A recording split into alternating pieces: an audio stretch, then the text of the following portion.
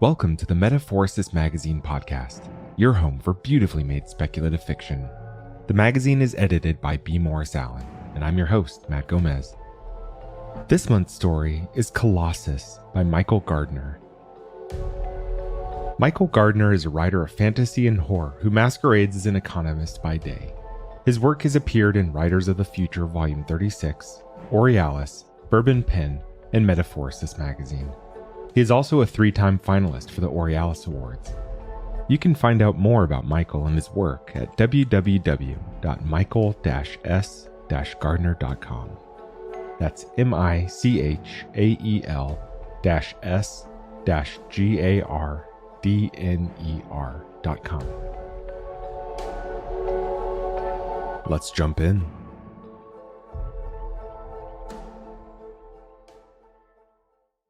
Alexi Vanderbilt lived in the upper right thigh of the Colossus. Floor-to-ceiling windows built into the flesh of the mummified giant afforded him a handsome view of the ocean. It was angry and lashed the coast on which the Colossus stood with foam-crested waves. On the horizon were dark clouds, lightning spiderwebbing their underbellies. A storm that was predicted to reach landfall before it exhausted itself, something the colonists had no record of. Alexi had originally found the forecast hard to believe, but the wind had risen violently during the last hour and now rattled the window in its frame. He felt the drop in temperature through the glass. Alexi's days were largely indistinguishable from each other, so the prospect of something new caused his skin to tingle with anticipation. The apartment system chimed softly. "Show message," Alexi said, his attention still with the storm. There was a gentle clicking sound. Then Miriam's message with details of his next job appeared in green text within the glass of the window. It brought him quickly back to mundanity. He sighed, read it. Excessive heat in one of the premium apartments. Mr. Rowbotham's residence. He had the vague recollection of doing some work there last year, maybe the year before.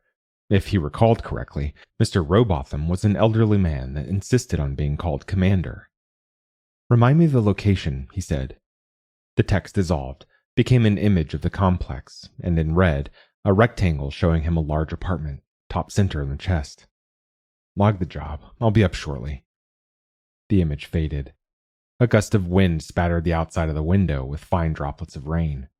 It stopped as quickly as it started. Alexi leaned closer to the glass, ran a dirty finger along the window surface, leaving a smudge. He shook his head, smirked. Unbelievable. After taking a last glance at the storm, he collected his bag of tools from the kitchen bench and left his apartment.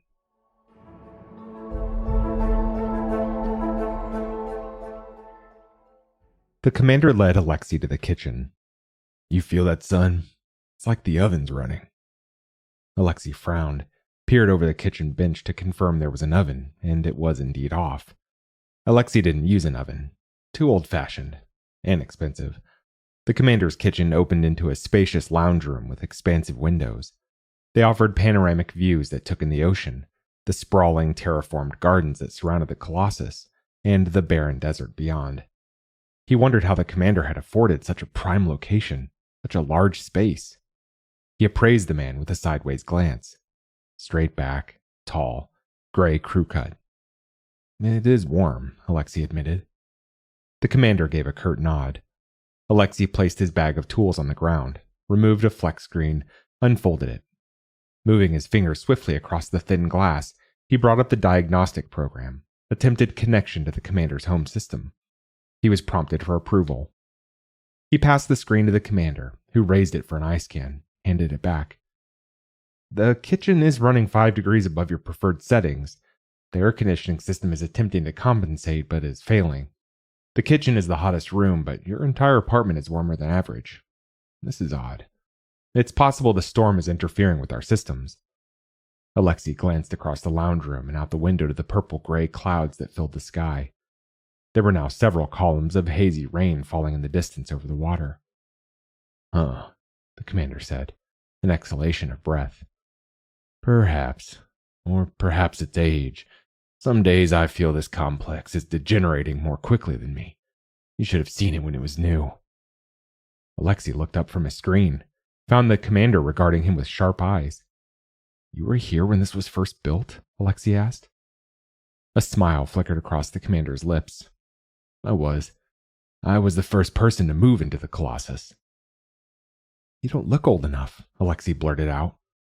The commander chuckled, an odd staccato sound. Oh, I'm plenty old enough. I'm first generation. I've had some regenerative work, but the best tip I can give is stay active, physically and mentally. I will, sir. Do you mind if I ask what you did? Engineer. I helped build the offshore mining rigs after we landed, but my proudest contribution was solving our permanent accommodation issue. We overcame the lack of natural resources by utilizing this, he said, gesturing to the apartment. Alexi whistled softly. There weren't many first gens left. Alexi found it hard to imagine what it had been like for them. Life seemed so routine now, dull even. In contrast, this man had volunteered for a one-way trip in stasis, had woken over a decade later to establish the colony and build the laser array to propel the light sails of the fleet that followed. Millions of people had relied on them. Without the colony's propulsion system, the carriers would never have achieved the speeds necessary to reach the new homeworld with sufficient fuel and supplies. The first gens had known they wouldn't follow the fleet. Everything they brought with them was used to construct the mines and laser array, including their ships, which were broken down and repurposed. The first gens epitomized sacrifice for the greater good. Their reward was to watch the carriers pass, to celebrate and farewell them with blasts from the array, then to exist as best they could. Yet Alexi sensed pride emanating from the commander, a sense of purpose and contentment. What did Alexi have in comparison? He hadn't contributed to the great mission. The salvation of humankind had been achieved long before he was born. The biggest event in his life had been choosing a career of maintenance over mining. Some days he wondered if it would have made any difference had he simply chosen to sit around all day doing nothing. He noticed the commander waiting, watching. Thank you for your service, sir, Alexi said. The commander smiled, nodded. Alexi cleared his throat, conscious he wasn't paid for chit-chat. Do you mind if I check your service hatch? Of course. The commander led Alexi from the kitchen into a short hallway. The silver hatch was built into the far end. The commander unlocked it with an eye scan, and Alexi pulled it open, leaned inside, then jerked back like he'd been slapped. What's wrong, son? The commander asked from just behind. The heat, Alexi said. But that wasn't the whole truth. When he'd thrust his head inside the hatch, he'd heard something. A low thump. A sound like a soft strike of a bass drum. He eased his head back inside the hatch, found it silent. He used his flex screen to turn on the dull strip lighting in the hatch. He examined the mummified gray flesh of the Colossus hidden just behind the apartment walls. It was marbled with fiber and copper cabling, reinforced with steel beams. But something was odd. The flesh, which had always been dry, glistened. He ran fingers along the surface, found it warm, damp. He removed a thin silver probe from his jacket, pierced the flesh, watched readings flicker across his screen. He read them in disbelief. He read them again. Find anything? The commander asked, and Alexi jumped. He took a breath, removed his head from the hatch. Maybe, but I need to run further tests. He looked around for his tool bag, realized he'd left it in the kitchen. I'll just grab my bag. He turned to go, but stopped when the commander said, What the hell is that? Alexi turned and found the commander pointing. He followed the outstretched finger toward the thin probe that Alexi had left impaled in the flesh wall. From it ran a thin trickle of something darkly red, which looked very much like what it couldn't be. Blood.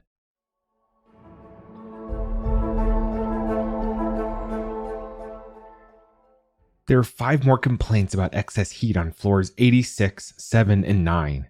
There are also 2 complaints about noise on floor 83, Miriam said through the transmitter. We have a problem, Miriam. You're closest to the Armitages. Should I alert them that you will attend to them next? Are you listening? We have an issue. Something strange is happening. A pause. What do you mean? Alexi took a breath. The heat in Mr. Robotham's apartment is not a result of faults in the wiring or air conditioning. The heat is being generated by the flesh of the Colossus. A longer pause. I don't understand what you're trying to tell me. We have complaints lining up. We need to address them. That is your... I know what my job is, Alexi interrupted. I'm telling you the heat is not a fault in the system. It's... What? He sighed, gathered his thoughts. The inner wall is bleeding. It was a long time before Miriam spoke. But that's impossible. I'll send you my readings. Okay, but while I review them, make yourself useful. Check the central climate control system, just in case.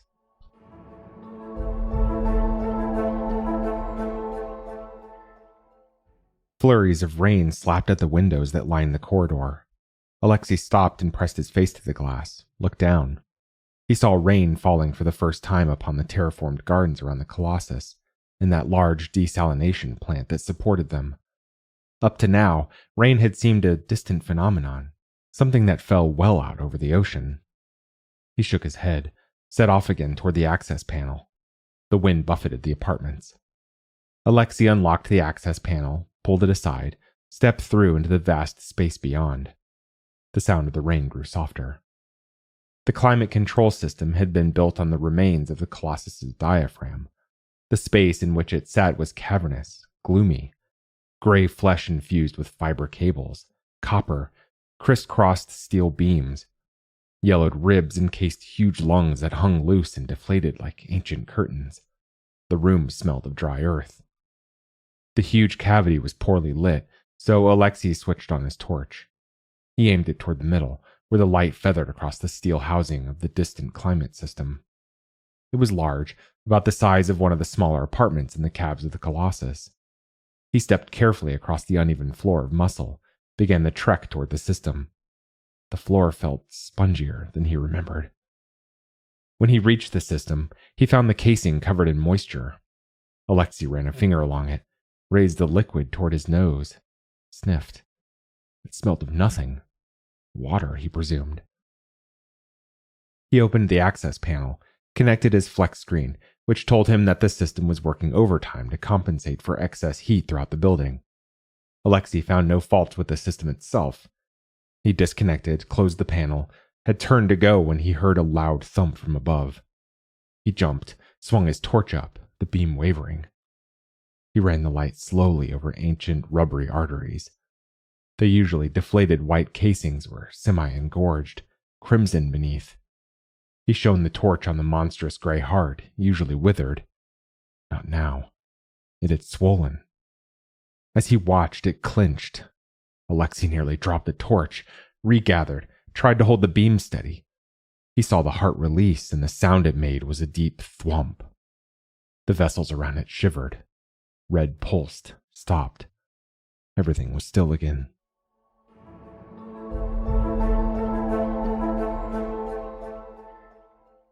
Miriam sat behind her white desk, eyes closed, nose pinched between thumb and forefinger. Her office was immaculately clean, smelt lightly of bleach. There were no decorations on the walls. The only furniture was the desk, the bank of computers, the two black chairs opposite her in which Alexi and the commander sat. Behind her, glass panes allowed a view of the desert, the corundum mine visible on the horizon. "That's impossible," she said again. "I know." She opened her eyes, let her gaze drift from Alexi to the commander, who sat ramrod straight. "And why are you here?" "The commander was with me when we discovered the blood. He also designed these apartments. I thought he might be of assistance." Miriam cleared her throat. "Okay. If there's light to shed here, please do, because presently I'm at a loss to know what to do with this information." Alexi turned and looked hopefully at the commander.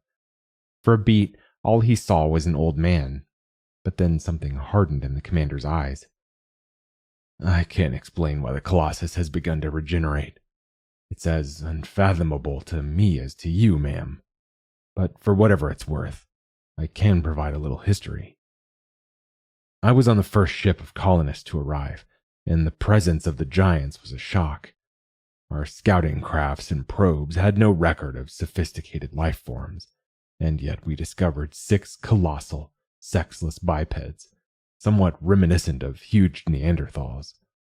This had either been a terrible, improbable miss, or evidence that the giants had first been hidden, then mobile in the years between our initial explorations and the arrival of the mission. We were initially very wary, but investigations revealed that the giants were lifeless, even though the corpses exhibited few signs of natural decay. It was like they had been unnaturally preserved, their poses staged. Which is impossible. Yes. So, if you knew so little about them, why take the risk of utilizing them for housing? We were only 12 years ahead of the interstellar fleet, and our primary objective was the laser array. The successful settlement of humans on the New World, El Salalong, depended on an operational array propelling the light sails of the fleet as they slingshotted around this planet. We had sufficient materials to build the array, the corundum mines, and temporary accommodations. Long-term arrangements were left to our ingenuity. But as you can see from that view behind you, ma'am, natural building resources were not readily available. The giants presented a solution. We had ample sand for glass, we had some iron supplies, but there were no trees, just scrubby bush and seaweed. The giants offered an existing structure that we could utilize for our homes. I'm assuming you triple-checked they were dead before you moved in. The commander snorted a laugh. I can absolutely assure you they were. The readings we took suggested they had been dead longer than we knew was possible, given previous observations of the planet. The flesh had dried and hardened into something reminiscent of timber, the bones like concrete. The idea that they are now softening, well... Yes, well...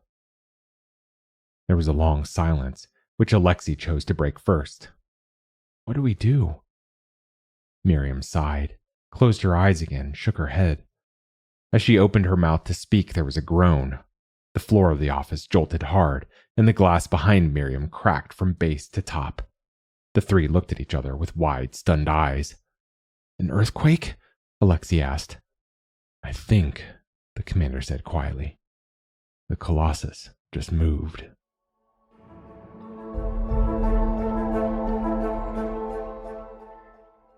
Alexi stepped out of the giant's foot and into driving rain.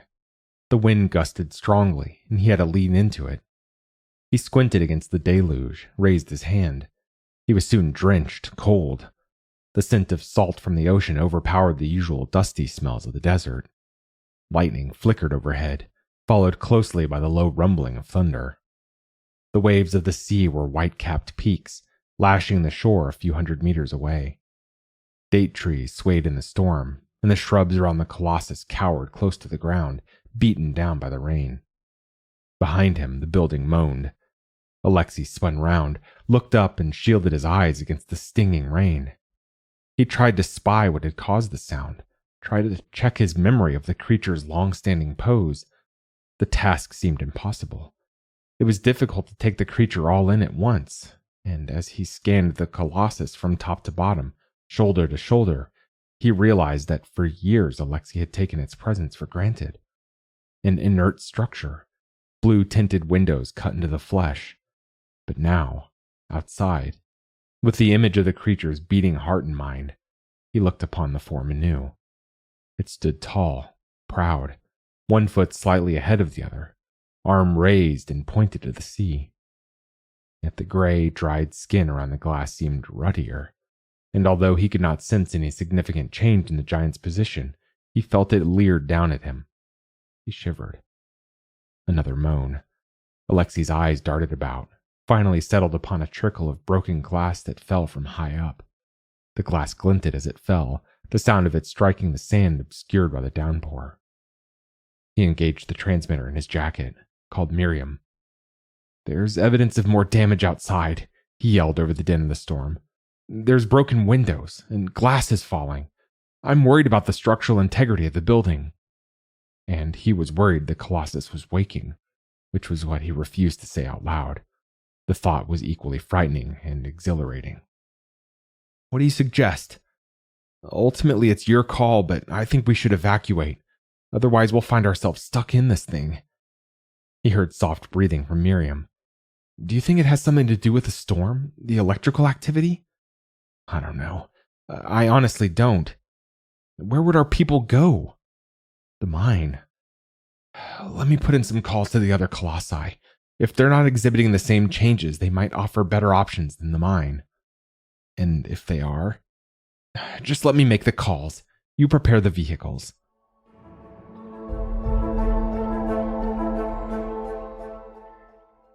Alexi drove the fourth transporter up out of the subterranean car park and onto wet sand when Miriam's voice broke into the cab. It's not just us, she hissed. The warrior has collapsed. The lady is trying to fucking stand.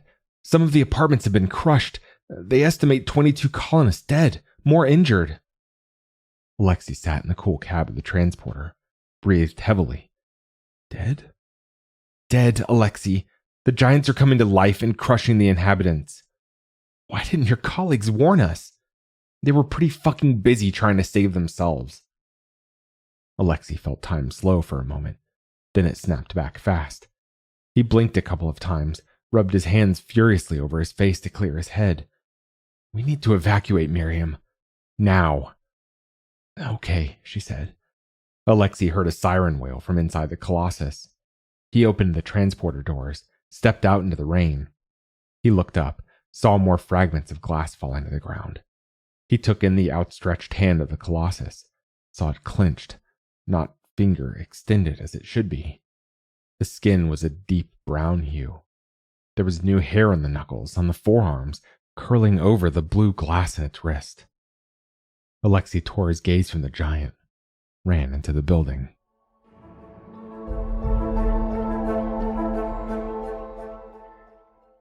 As the residents emerged from the stairwell, Alexi directed them outside and toward the transporters. The residents looked frightened, panicked, so Alexi did his best to maintain calm, but it was difficult with the building. He had to stop thinking that way, the leg of the giant shaking. The foyer jolted suddenly. The walls cracked loudly, and Alexi stumbled to the floor, plaster showering down upon him. He waited on all fours until the shuddering stopped. Waited a moment more. When all seemed still, he rose, helped a middle-aged man to his feet, ushered him outside onto the wet beach. When he returned to the foyer, he found it empty. But then Miriam appeared on the stairs, her face bleeding, a bruise forming on her temple. She lurched across the foyer, and Alexi grabbed her by the arm, steadied her, looked into wild eyes. Everyone except us and the commander is outside. We need to go. Wait, the commander? I tried, Alexi, but he refused to leave. Muttered something about this being his creation. He said he wanted to see it through to the end. We can't leave him. He's an old man. Miriam broke free of Alexi's grip, stumbled when the foyer rumbled again, but held her feet, as did Alexi. He's made his fucking choice. We have a responsibility to the rest, she said, then ran outside without looking back. Alexi watched her go. Just above the sounds of the storm, he heard a transporter roar to life. He took a step toward the exit, stopped, looked back. He didn't owe anything to the commander. The last vehicle was outside waiting for him. But the commander and the rest of the first gens hadn't owed anything to humanity either, and still they had risked their lives for the betterment of those that came behind. The chance for millions to reach a habitable new world while they remained here on this shitty outpost. Sacrifice. When had Alexi done anything so meaningful? His life was maintenance, keeping the status quo. Where was his purpose? He glanced at the door. The elevators Miriam had shut down for safety. The warped staircase. Shit, he muttered to himself, then ran toward the stairs.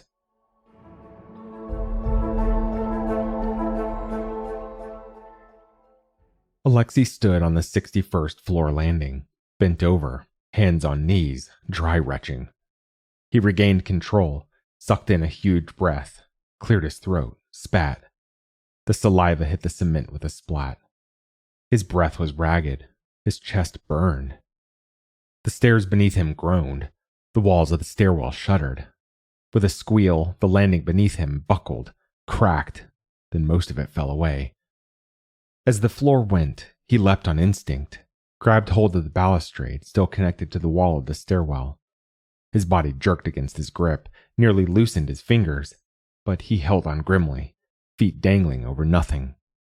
He refused to look down, but heard the cacophony of the stairs still collapsing. Dust filled the air around him with an acrid scent of cement. Gritted his teeth, pulled, his muscles aching, and slowly eased himself onto what remained of the broken staircase. The Colossus shuddered. Alexi gripped the railing tight. When it steadied, he sucked in a breath. Here was that adventure he'd been craving, he thought, grinned.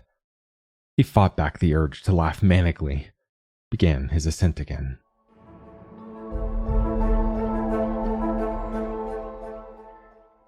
Breathing hard, Alexi buzzed the doorbell as the building around him shivered. He held on tightly to the door handle to stop himself toppling. As he waited, it hit him that the stairwell was gone, that escape was no longer simple. His stomach constricted painfully, his throat went dry. He swallowed to stop from panicking, forced himself to think. Several service tunnels linked the upper floors. There might yet be a way to use them to get down to a point where the stairs remained intact. It was worth a try, he thought. The door swung inward suddenly, and Alexi fell with it, lost his grip, and slid across the floor past the commander, who was pressed hard against the foyer wall. "What are you doing here, son?" the commander asked, staring at Alexi as he tried to scrabble to his feet. The floor shifted again. "You need to get out," Alexi said.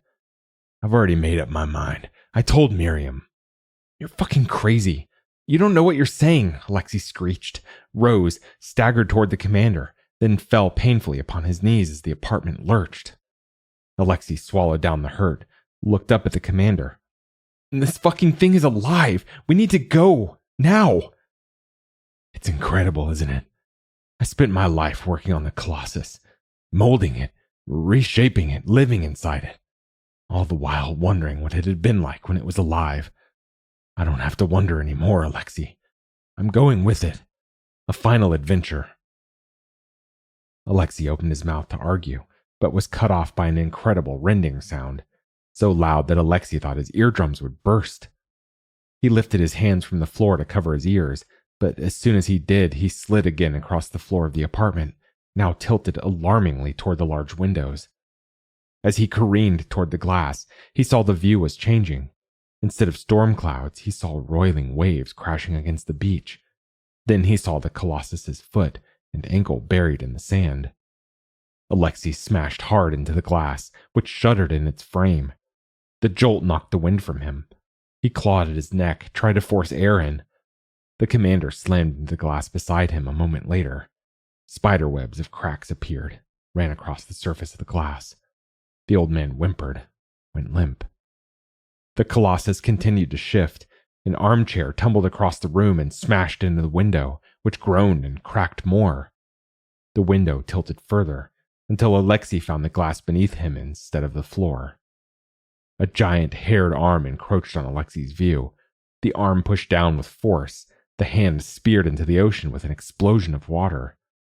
The Colossus shuddered, but the arm steadied the giant's fall. The apartment stilled. Air seeped back into Alexi's lungs. Gingerly, he tried to rise, but as soon as he placed weight on the glass, it moaned and splintered. He quickly lay back down, distributed his weight, then slid slowly toward the commander. He shook the old man's shoulder. "Commander, wake up!" But the man didn't move. The glass groaned again, a piece the size of a dinner plate breaking away from the corner of the frame. Alexi watched it tumble toward the water, which seemed very far away, even with the Colossus bent over. The sounds of the storm intensified. A gust of wind invaded the apartment. He grabbed the collar of the commander's shirt, moved away from the middle of the glass, pulled the commander after him. He made his way slowly toward the edge of the window, wrapped his free hand around the window frame where the glass had broken away. The apartment shook again. The Colossus began to rise, the view shifting up. The window squealed in protest as it was wrenched and twisted. Then, all at once, it shattered, and the commander slipped out into the air. Alexi held on with all his might, arrested the commander's fall, but he was heavy. Alexi's grip on the window frame, all that stopped them from both tumbling to their deaths, was sweaty, and he felt it slip. Wind and rain assailed him. blew glass fragments into his face. He squinted against it, gritted his teeth, tried to pull the commander back into the apartment, but it was no good. He couldn't hold them both. "I'm sorry," he screamed, as the commander slipped from his fingers. Tears stung his eyes as the old man tumbled away and was soon swallowed by the sea. Alexi wanted to scream with frustration. He thought his purpose had been to save the commander, like the commander had saved so many of their kind. But he'd failed. Perhaps he just wasn't cut out for anything noble. Alexi wrapped his other hand around the steel frame, ignored the pain of glass slicing his palm. He held on grimly, blood trickling down his wrist. Rain slapped him as he dangled. Thunder boomed in his ears.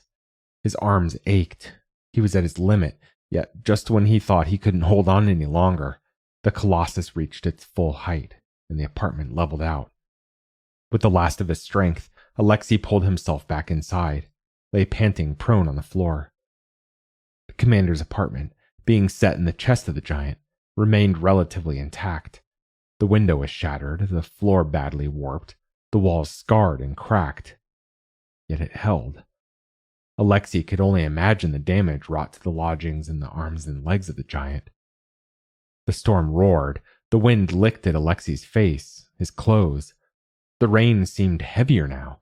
It blew in through the destroyed window, drenched Alexi until he shivered. The building groaned again. Panicked, Alexi lurched toward the window frame, took hold of it once more. It vibrated under his hands, and when he looked down, he experienced vertigo. The building swayed left, jerked hard forward, and to the right. Alexi wrapped his body around the steel support, held on tight. Below, there was an incredible splash, a jolt. Alexi looked down and saw the Colossus had wrenched its right leg free of the sand, had planted it in the water. The apartment swayed right, jerked hard forward and left. The left leg. The giant was wading into the ocean. A crack of thunder left Alexi's ears ringing.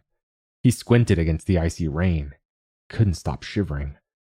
The surface of the ocean drew closer as the giant waded deeper. Lightning forked, struck the giant's arm, shattered glass, and left hair sizzling. It didn't slow. Alexi watched in amazement as the burnt patch healed before his eyes, leaving scarred skin behind. The giant stopped abruptly. It turned right, looked out to sea as if searching for something. Suddenly, it spun and moved quickly toward the shore, but toward a point much further north than where it had stood for the last 62 years. Alexi's transmitter beeped. Miriam. "Where are you? We had to get the transporters moving when that thing pulled itself from the sand." "I'm in it," Alexi said, yelling to be heard above the wind. There was a pause. "You're what?" "I'm in it. I went back for the commander. He wanted to stay. I tried to get him to leave, but I couldn't. He's dead, Miriam. The giant stumbled, and I couldn't hold him. He fell, and... Okay, it's all right. You did your best. Let's just focus on you now. Can you get out?" "I don't think so." "I'll send someone back for you. Maybe..." "No, Miriam. It's no use. It was great working for you." "Don't say that. You're still alive, right? Plus, you're my best caretaker. I can't replace you." Alexi chuckled without mirth. "I don't think we have anything to take care of anymore. Just hold on, okay? Look for a chance to escape. It might stop. It might let you get down. If it does, contact me. I'll ensure someone is there to get you. I'm sending vehicles after you as we speak."